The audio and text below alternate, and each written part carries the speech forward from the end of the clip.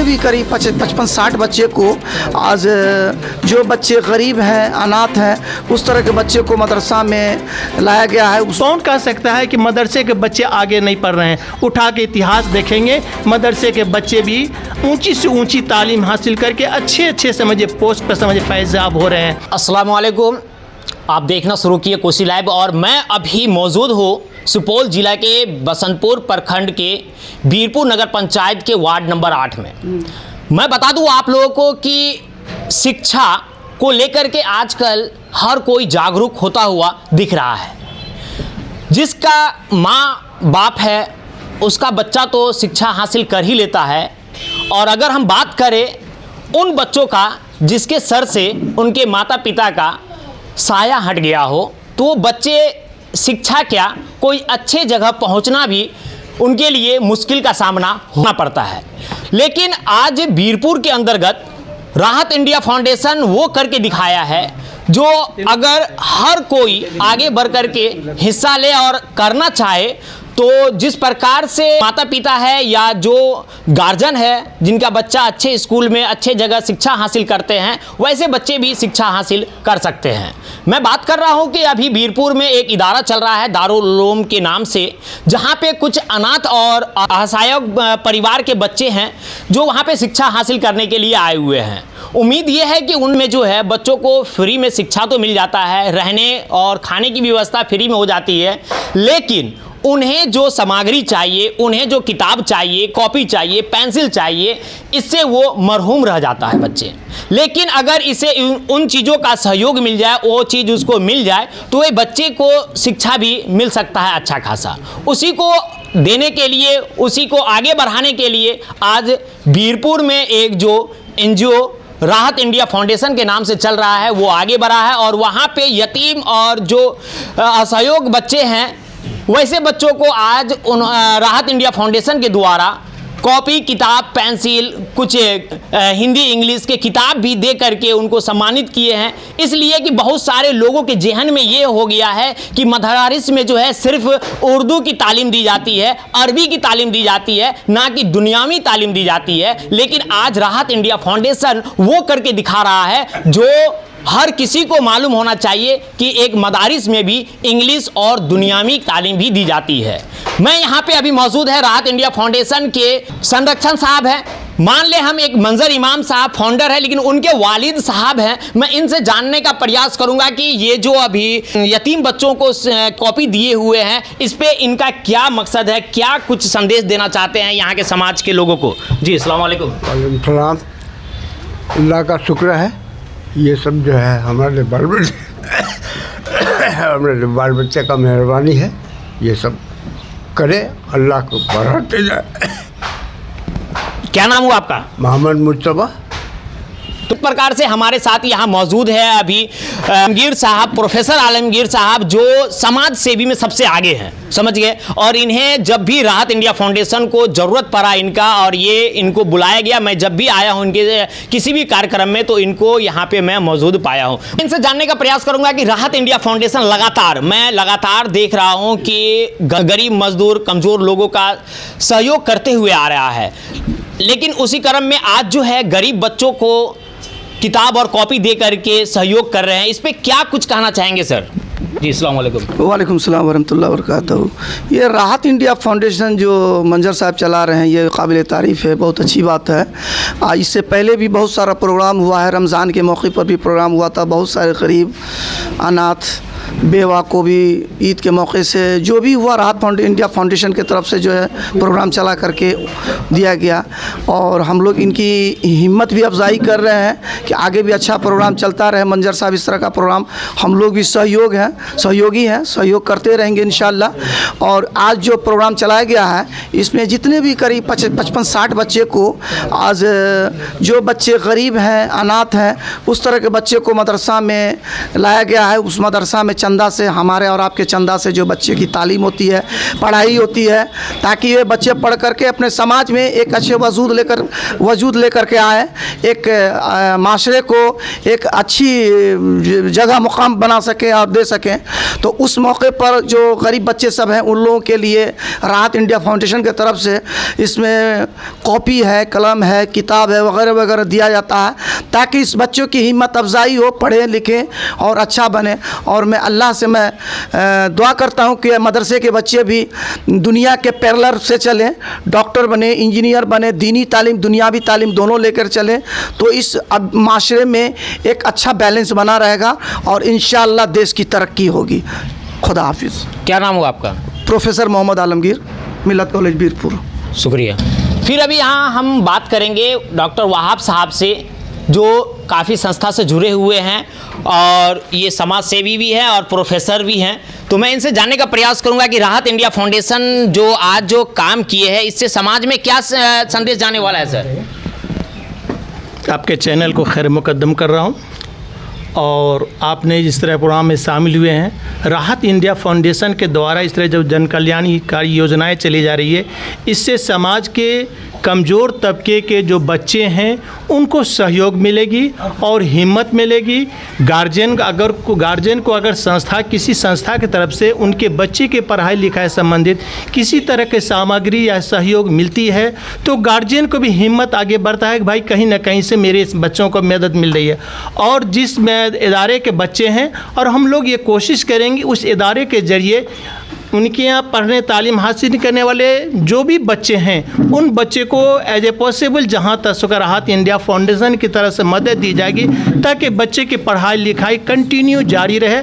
और मैं उन बच्चे के गार्जियन तक चैनल के माध्यम से खबर करना चाहता हूँ कि आप समझिए अपने बच्चों की पढ़ाई पर मेहनत कीजिए। इंशाअल्लाह जिस इदारे में बच्चे पढ़ रहे हैं वहाँ असातिज़ा भी अच्छे हैं, निगरान भी अच्छे हैं, और राहत इंडिया फाउंडेशन की तरफ से जहाँ तक मुमकिन होगा आपके बच्चों को वक्त पे समझे मदद की जाएगी, ताकि आपके बच्चे की पढ़ाई मुसलसल जारी रहे। इससे समझिए कि बेहतर समाज पैदा होगा। अगर एक बच्चा समझिए किस घर से पढ़ करके अच्छा बन निकलता है, अच्छी कामयाबी मैदान पड़ता है, आज कौन कह सकता है कि मदरसे के बच्चे आगे नहीं पढ़ रहे हैं? उठा के इतिहास देखेंगे, मदरसे के बच्चे भी ऊंची से ऊंची तालीम हासिल करके अच्छे समझिए पोस्ट पर समझिए फैज़याब हो रहे हैं। अभी आपने देखा होगा मैट्रिकुलेशन का जो रिजल्ट हुआ, वह बच्ची मुस्लिम फैमिली बच्ची थी और एक गरीब परिवार की बच्ची थी, तो उनके गार्जियन उस बच्चे ने मेहनत किया, वह बच्ची समझिए कि टॉप की। तो मैं इस चैनल के माध्यम से उन गार्जियनों को जगाना चाहता हूं कि आप अपने बच्चों की पढ़ाई लिखाई पर थोड़ी मेहनत कीजिए, हिम्मत कीजिए। मैं आपके ज़्यादा वक्त नहीं लेता, इन बातों से अपने वक्तव्य को यहीं विराम देता हूं। धन्यवाद। प्रिया वहाब साहब बहुत ही अच्छे जानकारी दिए हैं। और अभी हमारे साथ फिर मौजूद है डॉक्टर आफ्ताब साहब, और ये इनका जितना बार भी हम देखा जाए, ये संस्था को हमेशा अपने समय और अपने से जितना हो सकता है उतना बढ़ करके ये जो है संस्था को सहयोग भी करते हैं। और आज राहत इंडिया फाउंडेशन के द्वारा जो गरीब मिस्किन बच्चों को जो बुक और किताब दे करके जो सहयोग किए हैं, ये पहल से इनका क्या राय है, क्या मकसद है, क्या कुछ कहना चाहेंगे, मैं जानने का प्रयास करूँगा। अस्सलाम वालेकुम। वालेकुम सलाम जी। मैं सबसे पहले जो है आपको मुबारकबाद देता हूं कि आप आकर के प्रोग्राम को जारी किए हैं। दूसरी बात यह है कि यहाँ पर जो है हमारे प्रोफेसर आलमगीर साहब भी आए हुए हैं और डॉक्टर वहाब साहब भी हैं। अच्छे माने जो है इस ट्रस्ट में लोग जुटे हुए हैं, और हम लोग का एक ही मंशा है कि राहत इंडिया फाउंडेशन जो है उसको अच्छे तरह से सींचा जाए। और इसके जो फाउंडर है वो है मंजर इमाम, जो इन्होंने बहुत अच्छा काम करके हम लोगों का दिल जीता है। और जब भी वक्त मिलता है हमको इस प्रोग्राम में आने के लिए, हमारे पास वक्त नहीं रहने के कारण भी जो है हम लोग यहाँ पर पहुँचते हैं, ये बहुत खुशी की बात है। दूसरी बात है कि यह आज का इनका प्रोग्राम था निःशुल्क शैक्षणिक किट का वितरण। मतलब आपका जो गरीब बच्चा है, जो अनाथ बच्चा है, उसको ये जो है किताब, कॉपी, पेंसिल, कलम से जो है नवाजा है। तो हम ये गरीब बच्चा को ये कहना चाहते हैं कि आप घबराइए नहीं, आप जो है डरिए नहीं, आप मन से पढ़िए। ये संस्था जो है आपको किट दी है, कोई और भी आपको जो है पैसा से मदद करेगा, आपको जो है जान से मदद करेगा, इसलिए आप लोग पढ़ाई पर ध्यान दीजिए।